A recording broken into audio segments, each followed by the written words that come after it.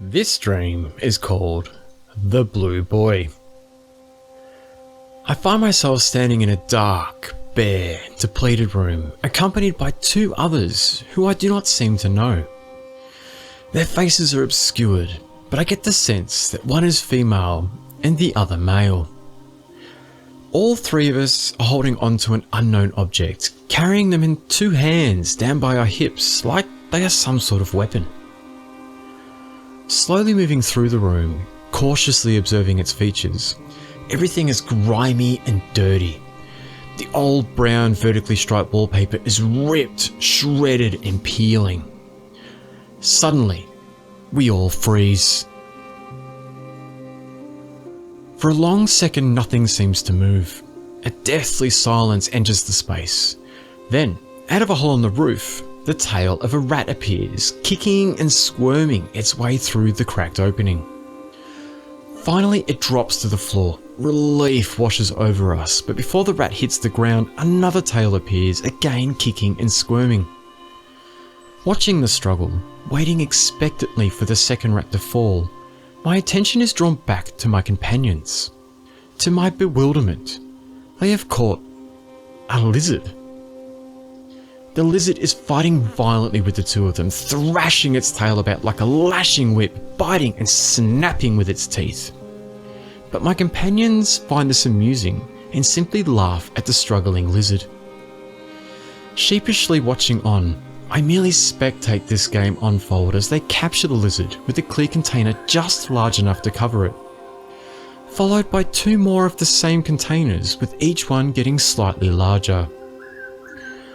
Once contained, the lizard glares directly at me, its gaze menacing, disappointment and fear radiating from its eyes.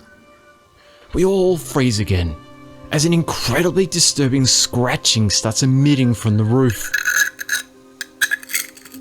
Spooked, we all survey the room, searching for the source of the sound. Now getting a better sense of my position in the room, I see it is square, and I am standing in its doorway. Opposite me is a huge window that takes up the entirety of the wall, and all I see out of it is a flat blackness. Attentively scanning the room from right to left, my gaze passes over one of my companions, a look of concern pressed into their face. Startlingly, I then see a figure standing to the left of me in the corner of the room. It is a blue boy. They are shorter than me. Their clothes, skin, hair are all a shade of blue.